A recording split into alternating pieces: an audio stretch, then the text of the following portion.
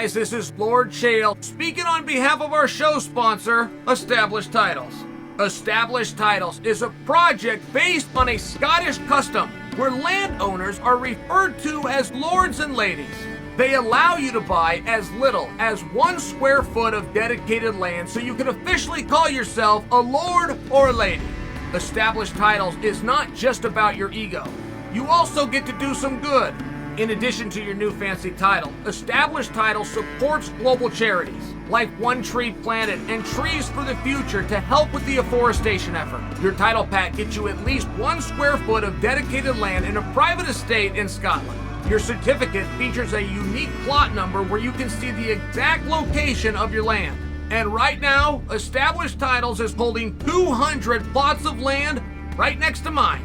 So come join me in the Bad Guy Inc. Kingdom. Getting this certificate even allows you to officially change your name to Lord or Lady. Put it on your credit card, put it on your plane tickets, or if you're so inclined, put it on your dating profile. Makes for a great last-minute gift, and there's even couples packs that come with adjoining plots of land. Established Titles is having a great limited-time sale. Go to establishedtitles.com/Chael to save 10% off today. Remember to use the promo code Chael, or just click on the link below. Arnold Allen. Total stud, main eventer. Y'all watched him Saturday on the worldwide leader. Who do you want to see him fight next? Problem. Watch any of his fights. Total stud. He's on like a 10-fight win streak. I was told that. I got a hard time with that. Benny DeRouge is on an 8-fight win streak. Anderson Silva had a 12-fight win streak. Ronda Rousey had a 7-fight win streak. I mean, this is national news. I literally refreshed my page about 8 times that says he's won 10 fights in the UFC. No, I gotta be missing one. I put my, and maybe I am. I'm disclosing for you. I can't believe it. He's won 10 fights in the UFC. And I'm just getting familiar with him. He was amazing. You beat Calvin Kattar. I don't really give a goddamn how you did it. You beat Calvin Kattar. You're a man in my book. The end. I'll stop you right there. If I know that you have the courage to walk in there with Calvin Kattar, I do not need to know how that, I'm just sharing with you. This guy's awesome. Can we agree on that? But guys, hold on. I asked you a question a moment ago. Who do you want to see him fight next? That was my question. You see the problem? We could come up with it, couldn't we? Sure we could. We just did. He just fought Calvin Kattar. He didn't call for that. You guys didn't call for that. Kattar didn't call for that. Matchmaker sat down on Tuesday in the matchmaker meeting. They put this one together. That can happen. That happens more often than not. Who do you want to see? Who do you want to see Arnold fight next? Guys, I'm assuming that you know how this fight ended. Now, I do not kick a man when he's down. There are times where a thing is humorous. Can we agree on that? Arnold won, by the way. He was a main eventer. He's standing there with Michael Bisping. Everything's going Arnold's way. So I offer that because, before I kind of give him a little boot here. Michael Bisping says to him, now you must understand the relationship. Michael Bisping is the guy's big brother. Michael Bisping is the guy who gives Arnold advice and looks after him. That's a countryman thing. Bisping is the most successful British fighter ever. Arnold would like to be the most successful British fighter ever. You know how that goes. Guys that are older than you, guys that had success, you look up to them, right? Bisping fed him the answer. Bisping not only asked him who you want next. Guys, I'm taking things for granted that you've seen this here. Maybe I should start at the beginning. The fight gets over, Bisping's interviewing him, ask him what he'd like to do next. Now, Arnold stumbled for just a moment. That's okay. We've all done that. He gets his answer together. And he says if Volkanovski's gone, if Volkanovski's going up to 155, he'd like to fight for the interim championship. Now, that right there is a bold claim. However, it's a very appropriate. If Volk is leaving, traditionally speaking, you would do an interim championship. And who's going to be the first one with a seat at the table? The first one that raises their hand. It was very appropriate. Who's the opponent? So Bisping says, who? And he doesn't get an answer, and he says, who specifically? Now, this is where the big brothering came in. This is where the mentorship of Bisping came in. I thought it was very clear. We never got the answer. And Michael Bisping, literally, when he ran out of time, and he's got an earpiece, somebody's counting him down from the truck, he's got to go. So that's why he did the whole who specific. He knew he only got about 3 seconds left to get his countryman's answer. Bisping turns to the crowd and says, you heard it, ladies and gentlemen. He would like an interim championship. This is how this ended. Now, Aaron Bronstetter reports this on Twitter. I missed the interview, to be fair with you. I watched the match. I missed the interview. Aaron Bronstetter says, hey, listen, Arnold Allen appears to not know who any of the contenders within his own division are. And that has my interest. Bronstetter is not a guy that comes out and pokes. Bronstetter a straight foot, right? He dresses nice. He wears the part. He doesn't curse. This guy's not playing around. He's not trying to smoke marijuana and be one of the guys. I mean, he's a professional. For him to make a statement of Arnold appears to not know who's in the division got my interest. I clicked on, yeah, man, there was no other way to say it. He appeared to not know. So, what I'm providing for you, okay? Because this isn't a complete miss. If he knew the division well enough to know that Volk is leaving, he knows he has the final word after a main event on the worldwide leader before they fade to black and roll the credits. It's not a total miss. Suggesting that he fight in an interim position makes him the first to do that. And before you think you have to correct me, before you think no Josh Emmett in your rear, no, excuse me, you're the one that's wrong. Josh Emmett has not said that, and neither has Yair. Members of the media got together and suggested it. Volkanovski co-signed. He co-signed Yair versus Emmett. And you want to know what Volk said? Neither one of them has demanded a fight with me. Because neither one of them, who appear to be in the same position, they were separated by like a week. They both looked great. The rankings were big. I mean, it was these big fights. Neither one of them asked to fight Volkanovski. They said they'd like to fight for a title. That's true. Josh Emmett did whisper that somewhere. And Yair did think he was in a number one contenders match. But fighting for the title and fighting Volkanovski are very different things. And now when you're in the same spot, and we all know it, the media know, we know as an industry, Yair and Emmett are about to duke it out. Oh, and by the way, not in the cage. They're going to fight it out in the media. The exact same way that Gaethje and Islam did, if you can recall.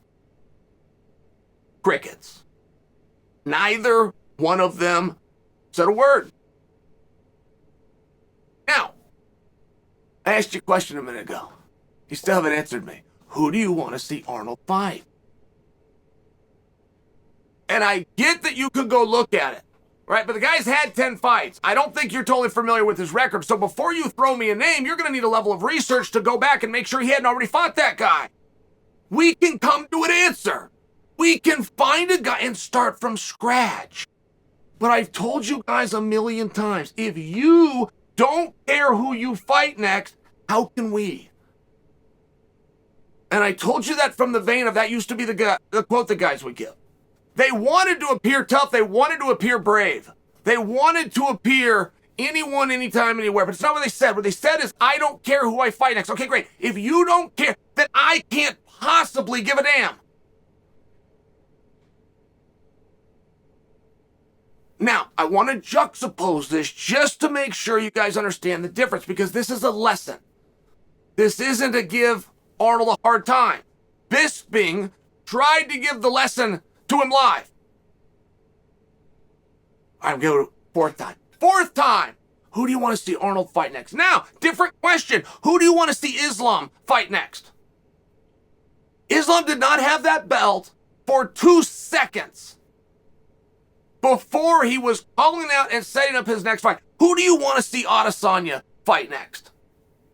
Oh, you want to see him fight Pierre? That's a great idea. Where'd you get it? You got it from Adesanya. Seconds after he defeated Cannonier and before they went off TV. Nobody in this sport has controlled their own career, and I do mean nobody, like Israel Adesanya. He has a formula. He has a recipe. It's not overly sophisticated. He does the same one every time. He shows the world how to do it. But guys don't copy him.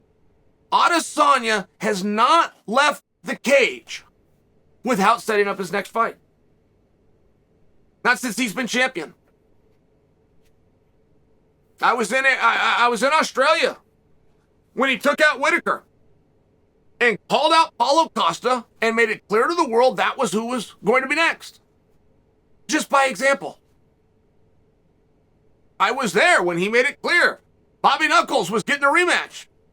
I watched it, same as you guys did, when he made it clear. He literally cut Joe Rogan off, who was trying to give him a little slack. Joe thought like it would be rude. It'd be rude to pin him down right in this moment. And Adesanya said, stop, who are we kidding? Pierre is next. Oh, and guess who's next? Pierre. I mean, I'm just sharing for you. I'm sharing for you a vast difference. It's not a total loss. It really isn't. For Arnold to suggest interim championship, I liked it. I personally like to go a step further. Even if interim is the one on the table, I would have gone for the undisputed. I just said strip the son of a bitch. I'm calling him out. He either shows up and fights me or he doesn't. Well, he can't fight you. He's fighting it. He shows up and fights me or he doesn't. I mean, I would have gone a little bit different angle. And then I would have settled for interim championship. Different approach. Not a total loss. But you do see the difference. You do see a difference in a guy not saying a name even when he's prompted by his mentor, who handed him the answer specifically. Who? You've never seen a commentator do that before. Now, commentators want you to say who. Guys, we used to have to live through a time of sponsor thankings. It was so big. Guys, we get done with the fight. We all want to hear what they have to say. That's why we get in there. That's why we interview. We want to hear from the guy. We want to know what he's about. We want to know what he thinks. We want to know where his chip on the shoulders. We want to know who's getting under his skin. We want to hear from the guy. We wouldn't care if he shared with us it was his mother's birthday. Right? I mean, it doesn't always have to be negative and rough and tough. We just want to hear from the guy. Hear a little something about him.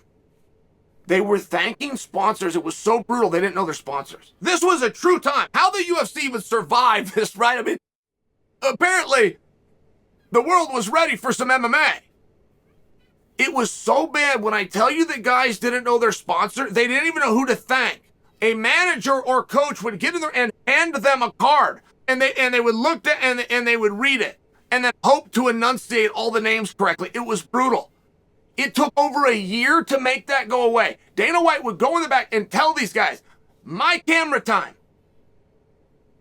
my show, don't do it. And they would do it. They would do it. They're getting $2 or $3 grand. They were ignoring the boss. They were boring all of us, but they had to read it to get that money. I'm only sharing. It took a year. It took a year of Dana telling the guys, and he told them in different tones. When Dana's tone finally changed, this also ended. But I'm just sharing for you, right? Like, we've had to go through these different spots. But one thing that we don't do is we don't tell a guy what to say, not in front of the world. If I'm interviewing somebody, or in this case, Michael Bisping, we don't tell him what he needs to say.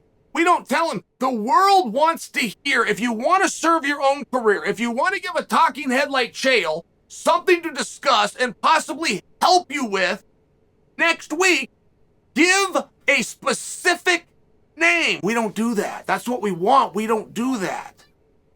Bisping did it and still didn't get the name. Let me ask you again. Who do you want to see Arnold fight next?